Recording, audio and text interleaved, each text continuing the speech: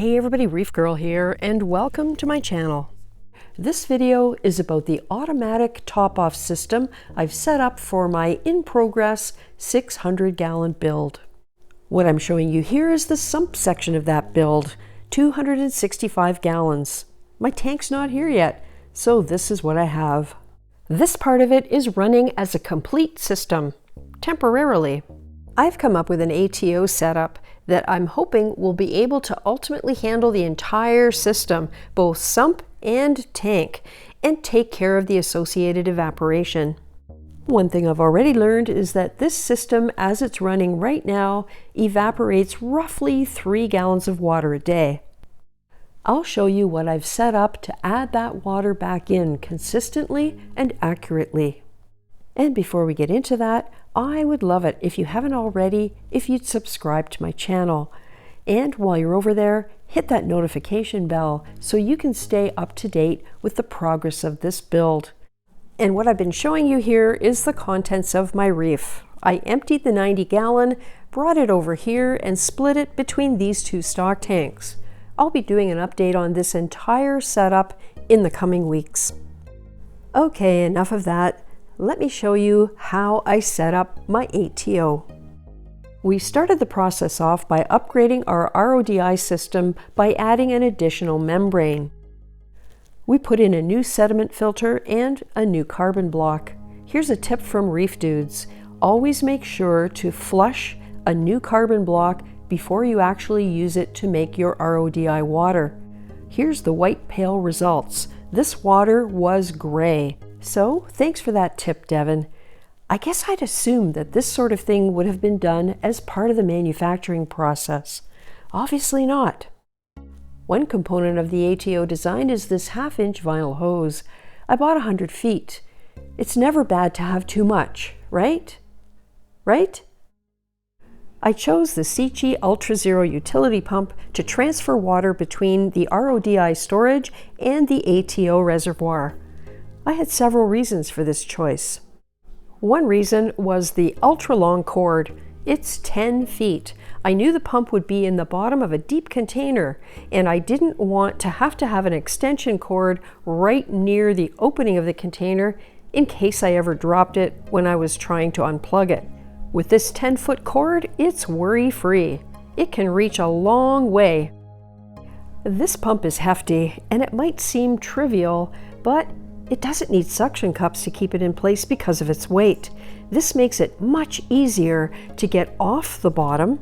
And also, I read reviews of cheaper pumps where, because the suction cups were stronger than the attachment of the housing to the base, when pulling upwards on it, the suction cups would stick and the housing would come right away from the base. That won't happen with this pump. And finally, it's called the Ultra Zero because it can go all the way down to 2 millimeters of water. That's important if we ever have to empty this container completely, because there's at least 3 or 4 gallons of water below the bottom drain. It would be hard to get it out of there. This pump will do the job. Here's my trash can ATO reservoir, 32 gallons worth. So my ATO trash can is across the room from here, about 12 feet away. Remember that hose? Well, here's how we set it up to transfer the water. The hose goes down into the container. There it is, the pump with the hose on it. I set the valve open, turn on the pump, and there she goes.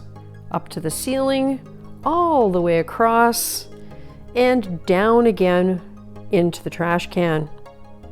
Let's see if there's any water in the hose. Yes, there is. It's full. That didn't take long. Couple seconds, and there it is. Because the trash can is opaque, not to mention across the room, my husband came up with this really cool visual way to tell when it was getting full, so I would know when to shut off the pump. This is video of the very first time we used it and tested it. We changed the design slightly after we realized a couple of things. So a couple of things we were trying to do when we first set this up. The weight inside the container had to be buoyant. It had to float on top of the water. So we got a little food grade jar from Cake Decorations, put some pebbles in it, drilled a hole in the lid, put the lid on, siliconed it shut, fed the fish line through and siliconed it in place, and this unit floats on top of the water and maintains tension on the fishing line. The other end of the fishing line is attached to this weight, and this is what we changed. We soon found out that if the two items were of equal weight, they would not move freely based on the water level. I'll show you in a few seconds what that change is. In the meantime, here's the path the fishing line travels. It goes up to the ceiling, goes through that screw eye, across to another screw eye that's directly above the hole in the lid, and then travels straight down through the hole into the lid and attaches to the jar inside. We decided to use braided fishing line to minimize any stretching over time because that would throw off the positioning of the weight. We thought ordinary monofilament fishing line might stretch.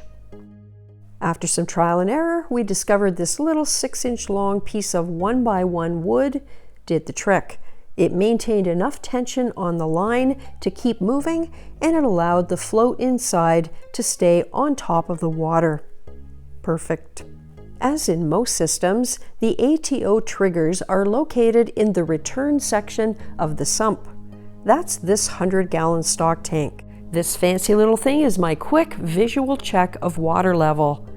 It's just a piece of PVC with some elbows hanging over the edge of the tank. I've covered all the basics, so now it's finally time to reveal what I'm using for ATO. Here are the sensors for the ATO I've decided to use. You can see there's a fair amount of surface agitation in here, but these sensors are designed to accommodate that. There are 3 prongs on these sensors, and they respond to changes in temperature. The bottom one is submerged right now, but as the water level drops, it will emerge from the water and the temperature will change. This sends a signal to the pump to start pumping. Then, when the water level reaches the middle prong, it will stop pumping. The only time it doesn't work is if the ambient air temperature is the same as the water temperature. But that's pretty warm, and in all the time I've used this, that has never happened. To protect against overfilling, if the top prong becomes submerged, it then is the same temperature as the other two, and it will shut things off and sound an alarm. So, if you haven't guessed it by now, for the past 7 years and 3 different tank systems, I've used the Hydor Smart Level. It has worked flawlessly. Paired with the Tom Aqualifter, this, in my opinion, is an unbeatable combination. One challenge I had to overcome was the fact that in a large surface area, the water has to drop quite considerably before the sensors are triggered. And when they refill, the Tom Aqualifter will time out before the water level gets back up to where it should be.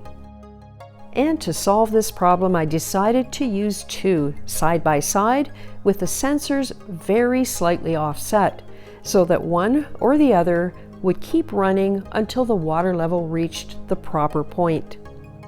And it so happened that I had a spare because I always kept one as a backup. That way I wouldn't have to buy anything. I wouldn't have to learn to use some kind of a new system that might fail when this system had never let me down. So I had 2 on hand, and I'm putting them to good use.